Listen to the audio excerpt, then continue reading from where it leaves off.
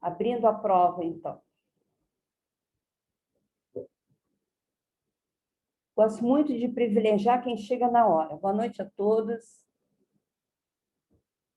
Dani, prazer muito grande ter você por aqui. Ana Paula, Adriana. Ok. Olá. Tudo bom, Ana Paula? Então, tudo bem. Eu selecionei para a gente começar esse nosso encontro, essa nossa live, que será o derradeiro, será o último, antes de domingo. Eu selecionei essa prova porque ela surpreende. Quem vem estudando comigo sabe que eu coleciono provas das bancas e trabalho sempre com as peculiaridades, especificidades das bancas, porque eu entendo que quem vai fazer uma prova de concurso não pode se surpreender com a banca, porque isso desestabiliza e a gente já tem o suficiente estresse na hora de fazer a prova. O IBDO realizou muitas provas, e eu apoiei 4 provas para fazer a estatística comparativa dessas provas. Então, a prova para guarda, para administrador e para professor 1 foram provas que não surpreendem. São provas com textos fáceis, tipo crônica do cotidiano, com algumas de 4 a 5 questões interpretativas do texto, e as demais questões são de ordem interpretativa, porque é a realidade dos concursos. Só para vocês terem uma ideia, na prova de professor 1, nós tivemos uma questão sobre crase, uma questão sobre hífen e 8 questões sobre semântica. E por isso eu bombardeei vocês com um material de semântica. Se você entende o texto, entende o enunciado da questão, percebe a malícia do professor conteudista que elaborou a questão, você tem mais chances de se sair melhor na busca da resposta. A prova de administrador, nós tivemos uma questão sobre temas, uma questão sobre crase, uma questão de plural de compostos. Então, foram 5 questões de sintaxe, 3 questões de sintaxe, 2 de morfologia e 6 de semântica. A prova para guarda, nós tivemos sinais de pontuação, colocação de pronomes, regência, verbo e 6 questões de interpretação. Até aí, tudo bem. É o que se espera da banca, é o que você deve esperar da banca. Agora, como a estatística nos está indicando que a predominância é de questões de ordem interpretativa, meu entendimento que esse deva ser o seu foco. Aliás, peço já de antemão aos queridos que quando você sair da prova com a prova, tira uma foto e me manda. Vocês sabem que eu adoro prova, né? Vamos à prova, então, que surpreendeu.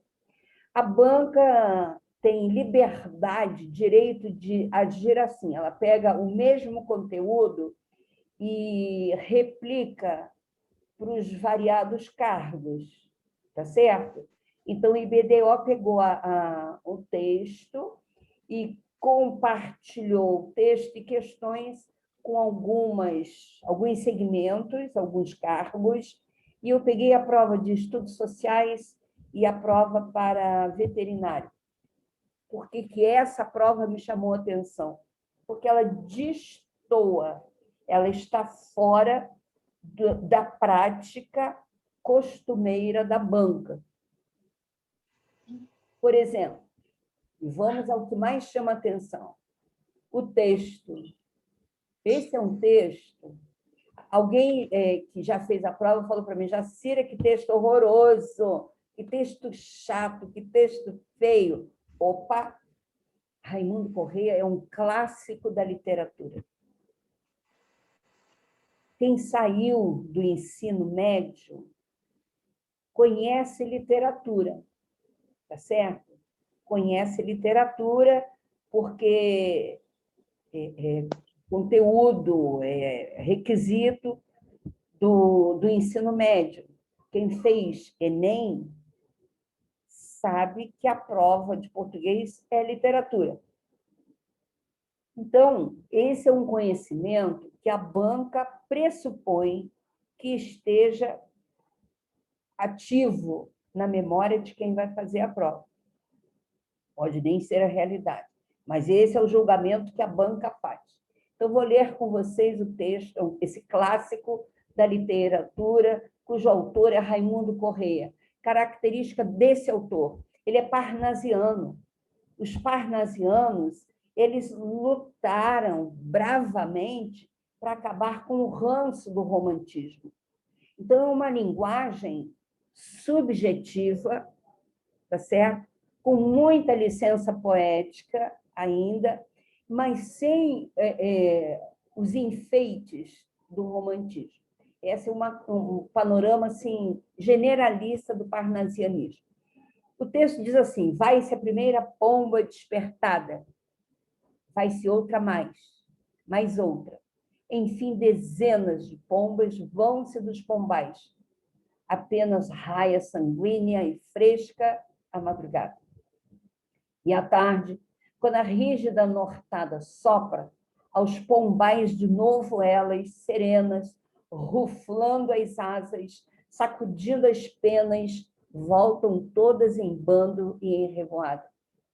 Também dos corações onde abotoam os sonhos, um por um, céleres, voam, como voam as pombas dos pombais. No azul da adolescência, as asas soltam, fogem, mas aos pombais as pombas voltam, e eles, aos corações, não voltam mais. Curiosidade desse texto: a pontuação dele é feita com reticências.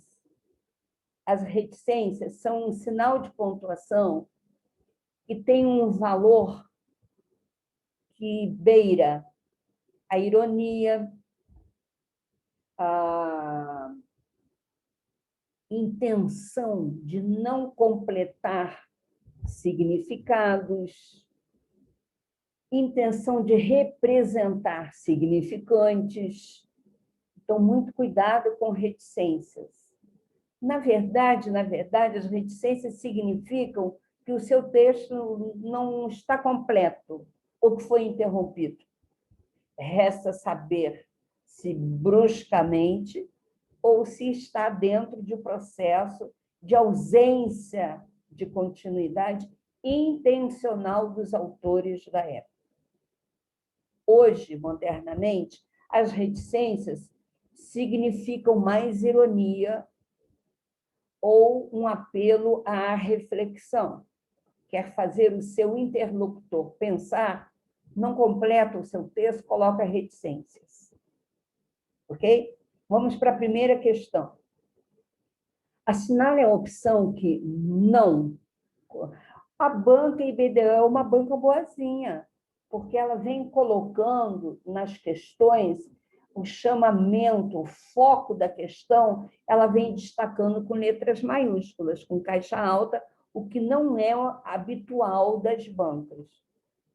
A primeira questão diz assim: assinale a opção que não corresponde à simbologia representada pelo animal escolhido por Raimundo Corrêa para protagonizar o soneto. Que animal é esse? As pombas. A opção que não corresponde à simbologia representada pelas pombas é estabilidade do tempo, pomba não tem nada a ver com isso, né? O que a gente sabe é que pomba simboliza pureza, paz, divindade, elevação espiritual, estabilidade de tempo, não. Então, a resposta correta para número 1 é a letra A. A questão 2, ela dá um pouco mais de trabalho, porque você precisa avaliar item por item, tá certo? Vou só tirar o som aqui do meu celular para não atrapalhar ninguém. Tirei. A questão 2 tem o seguinte enunciado: julgue como certo ou ir, conforme esteja correto ou incorreto. Eu gosto mais de certo e errado, mas a banca gosta de correto e incorreto, a afirmação que é feita acerca do texto.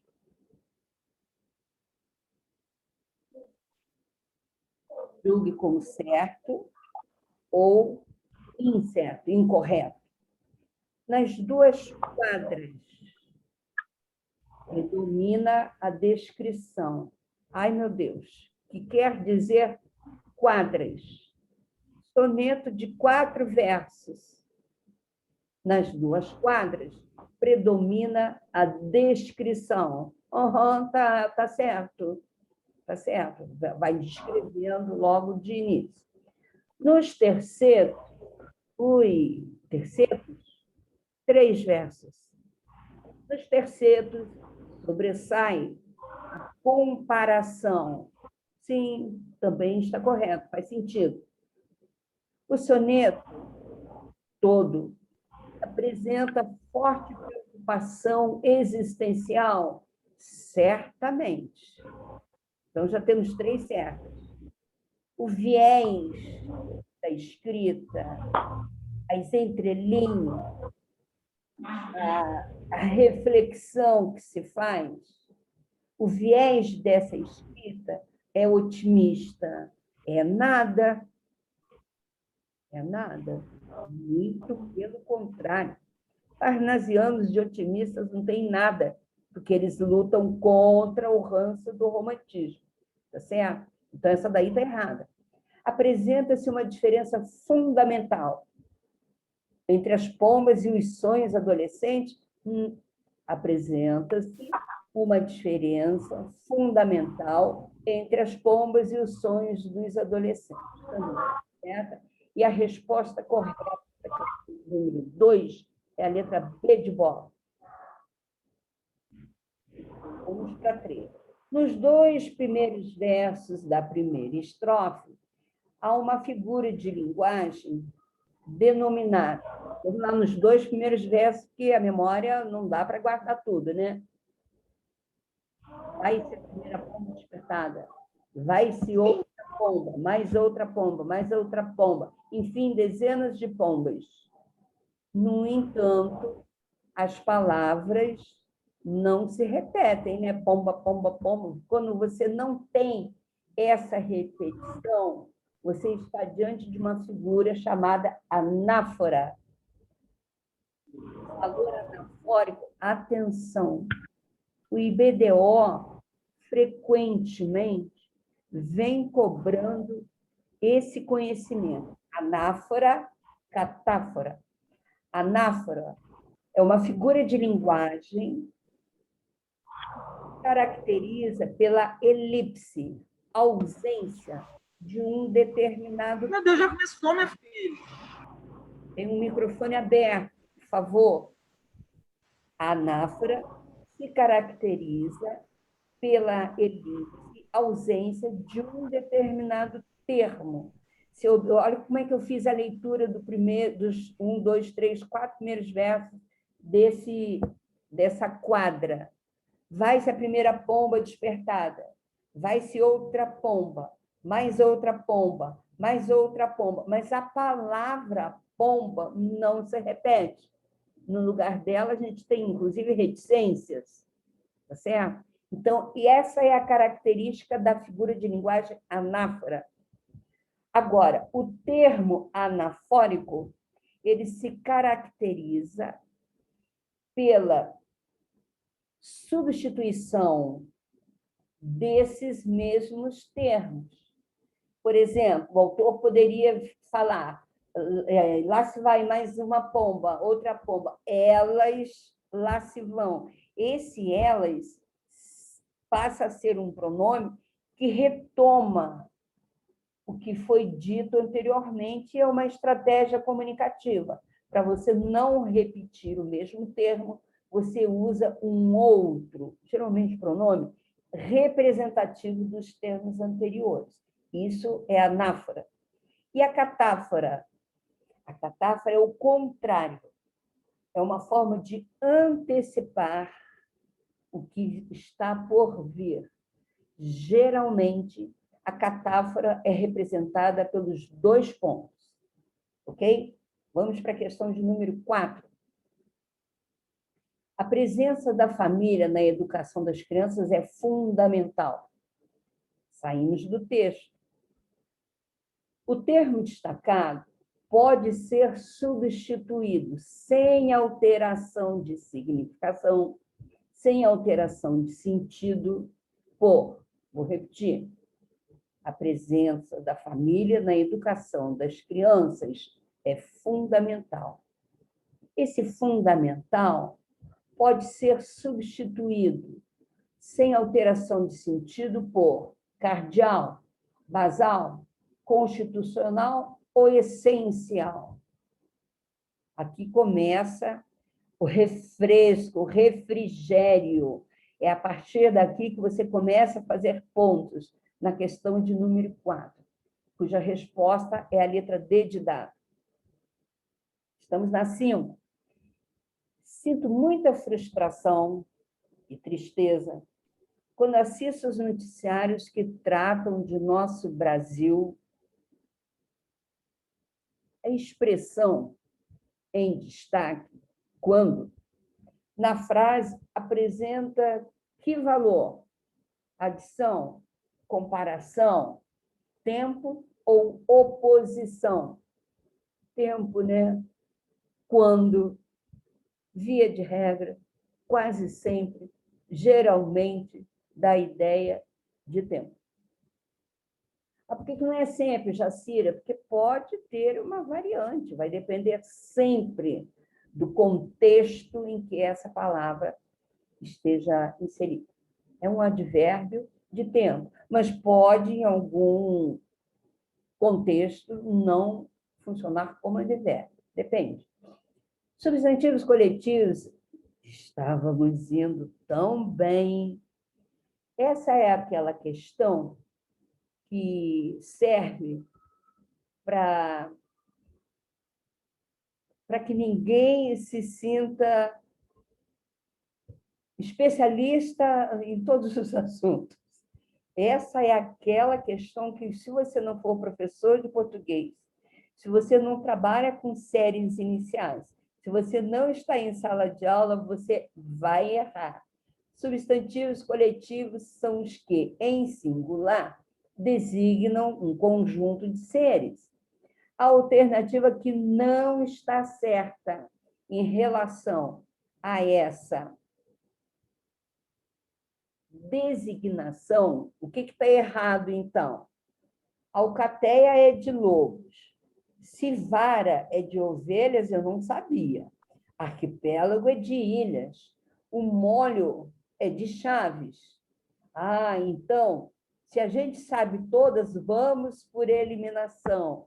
Vara não é vara não é o conjunto de ovelhas. Então, a opção que está incorreta é a letra B de bola, para a questão de número 6. Vamos para 7. Nas frases a seguir, identifique a que apresenta emprego incorreto da crase. Eu entendo que crase tem que ser assunto de todas as provas, porque a gente já estudou classe de palavras, já vimos o comportamento dos verbos, desinência verbal, transitividade, verbo transitivo direto, verbo transitivo indireto, já vimos regência, sabemos quais são os verbos que caem sempre em todas as provas. Quem foi meu aluno sabe que existe uma listinha dos verbos que caem sempre. Então, eu acho que crase tem que ser assunto obrigatório, porque é a garantia de você acertar. Então, vamos lá. Quem obedece, obedece a alguém. Obedecer é um verbo transitivo indireto. Ele pede a preposição a. Porém, o pronome sua não aceita o uso da crase. E se tivesse somente a palavra mãe, substantivo feminino que aceita o artigo igualmente feminino singular, opa, poderia, aí sim teríamos o fenômeno da crase. Às vezes, chega tarde ao trabalho. Às vezes, sempre tem acento de crase, exceto se não for, se não chama de locução adverbial, se não tiver essa ideia de maneira como, modo, pode ser um numeral, 1, 2, 3, 4, 5, as 5 vezes, pode ser um substantivo, tá certo? Quando não for essa locução caracterizada aí pela letra B de bola, não tem acento de crase. Fora essa possibilidade, sempre tem. Promoções a partir deste mês. Olha, errar esta questão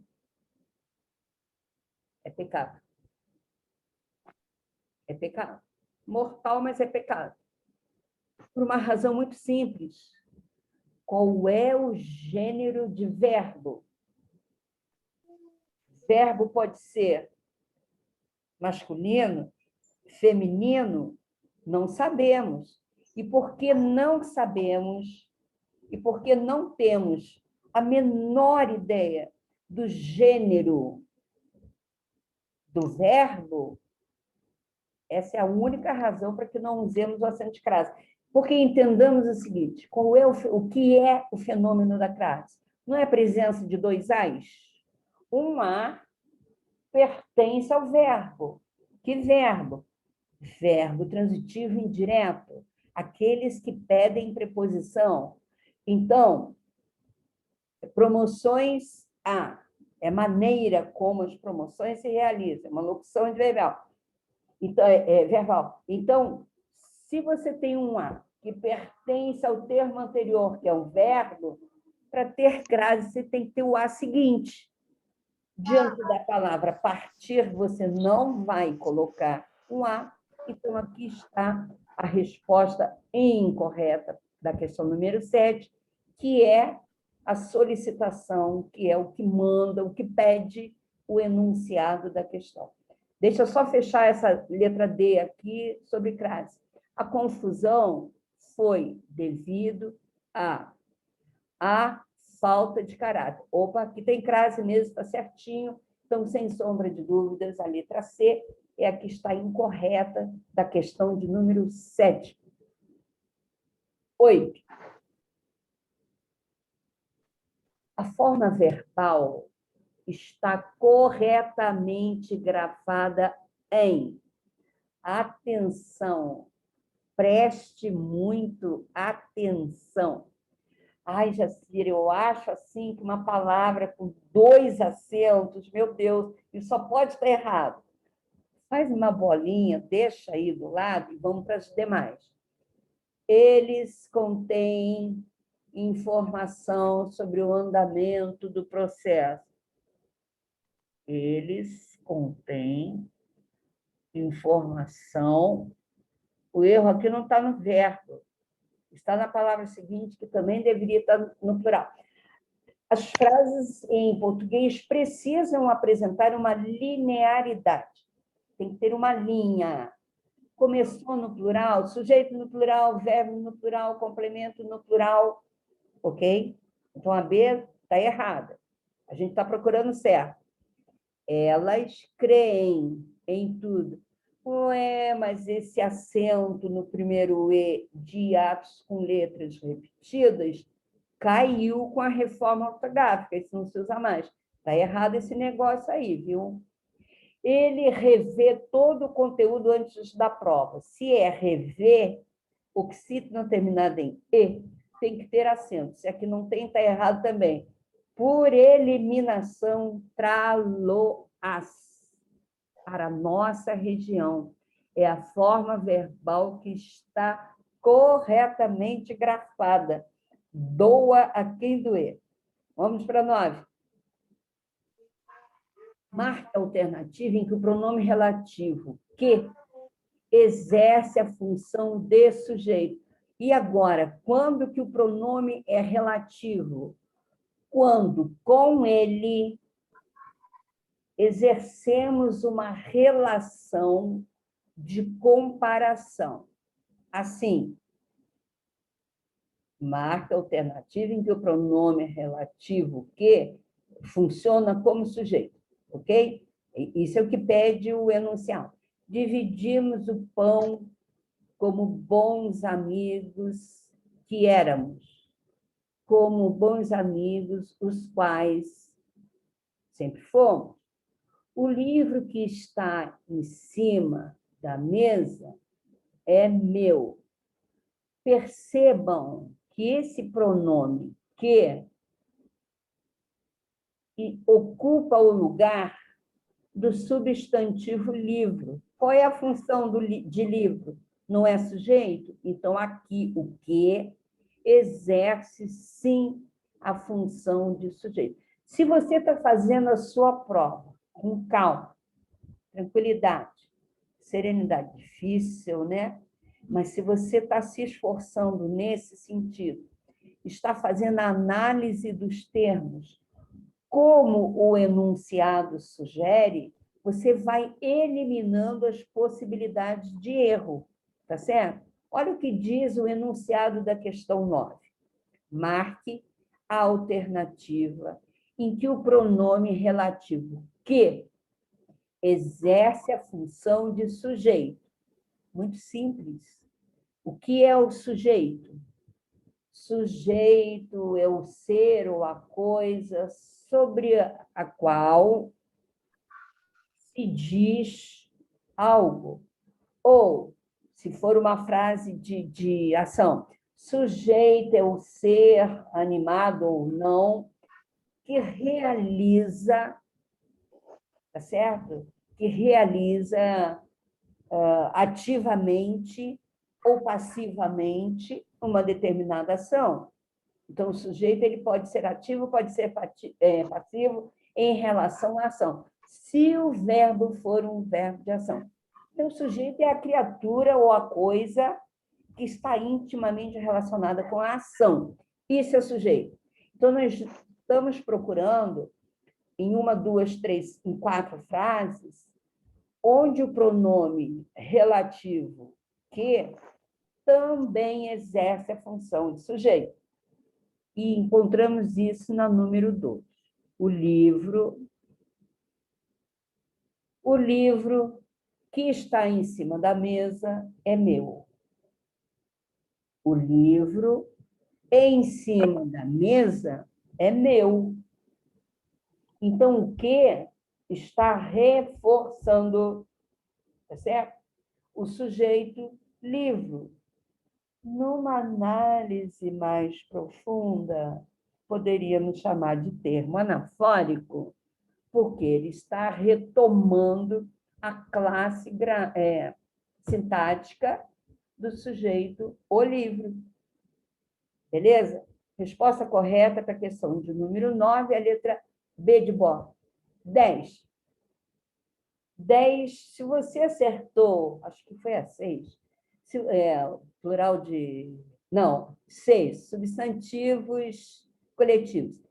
Quem sabe substantivo coletivo também sabe plural de compostos. Mas quem não trabalha com as séries iniciais vai ficar sem saber. A concordância dos termos está correta em... Será que é olhos verde-águas ou verdes-águas?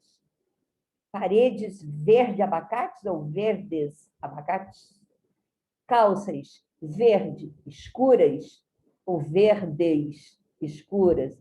Aí, ó, calças verde escuras.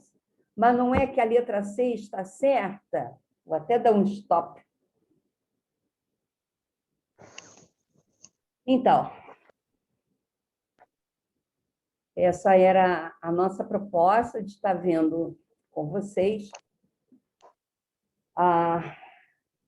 o acompanhamento, né, a correção, o gabarito dessa prova que foi realizada sábado retrasado, se eu não estiver enganado. Acredito que a probabilidade de continuidade dessa mesma linha pela banca, acredito que aconteça o mesmo agora na prova de domingo. Desejo a todos excelente sorte. Costumo dizer que, se você estudou, a gente pode pedir para Deus trazer à sua memória o que você estudou.